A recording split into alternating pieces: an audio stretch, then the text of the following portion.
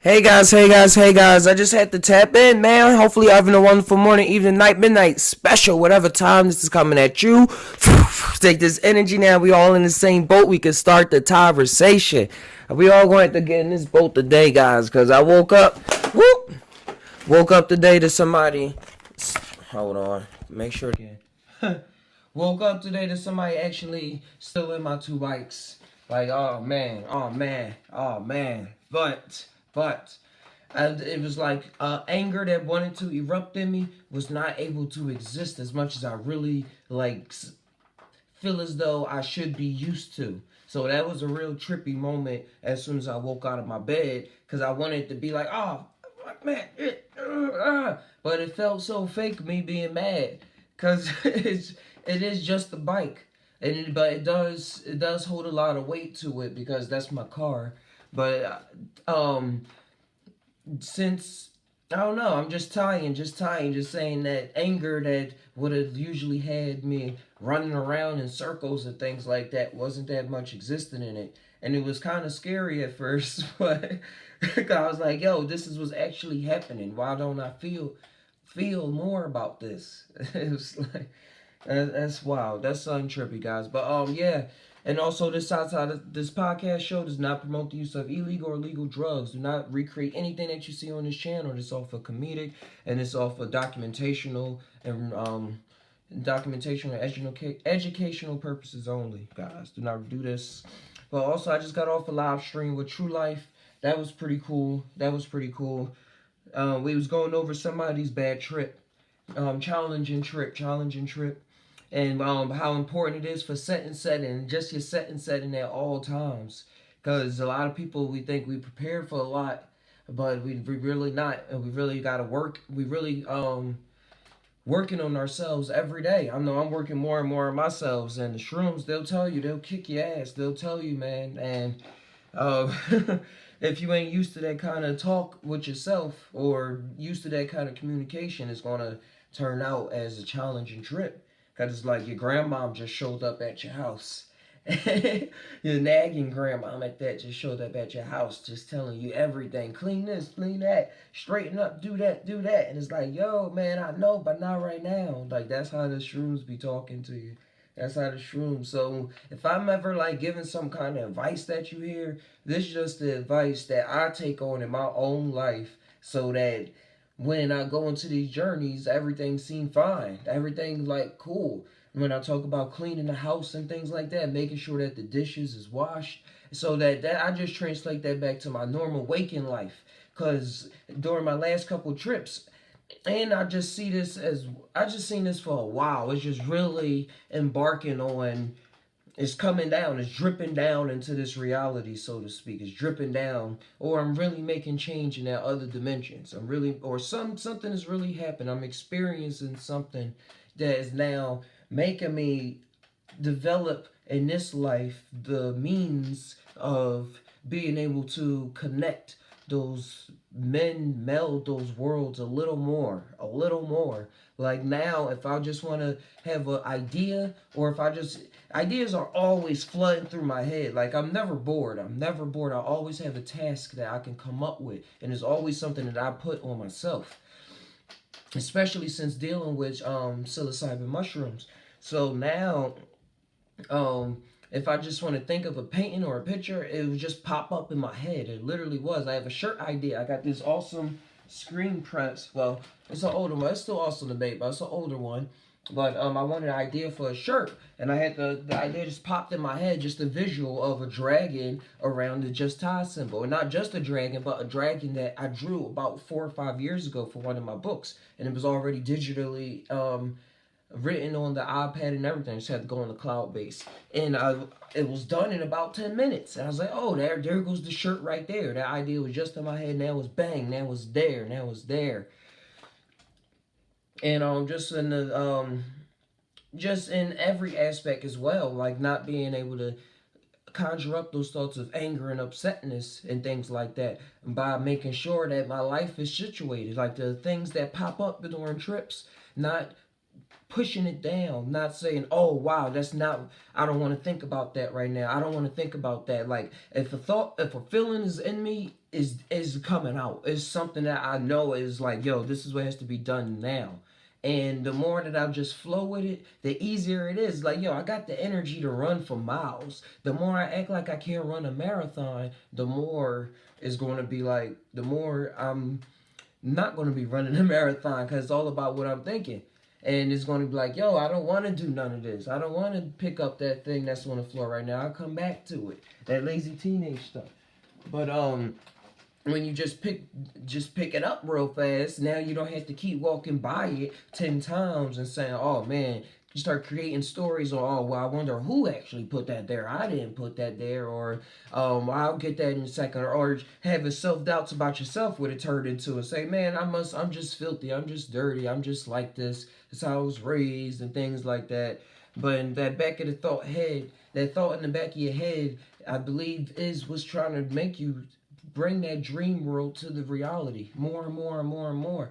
And that can also translate to just being more so lucid in thought, so lucid in thought that you can even grasp concepts and ideas more readily, and even grasp big concepts that deal with a whole like eons of information happening at one point or another, and seeing the gears and going in it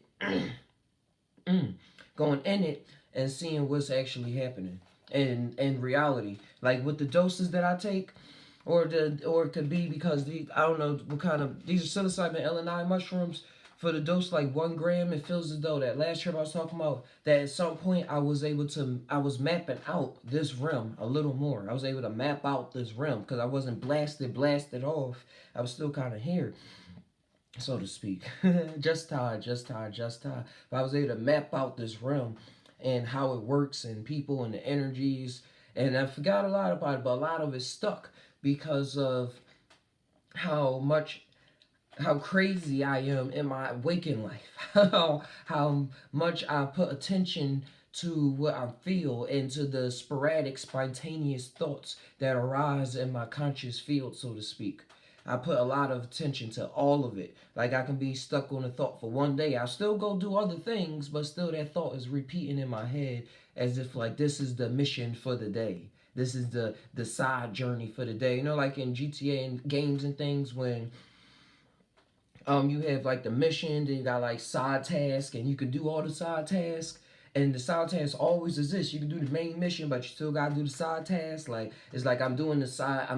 I'm calm enough to where I want to do the side missions as well as the main missions, and I'm going to do like 10 side missions before I go do a main mission. And it may seem ridiculous, may seem like it's not worth anything or not worth the time at the moment, but it's part of the game. It's part of the game, and it's all building up my experience points to whatever it is that's going to come out. And I'm seeing it as me being more psychically connected to my environment, psychically connected to the people around me, where I'm getting my visions is getting way way more potent in what's coming out in the future.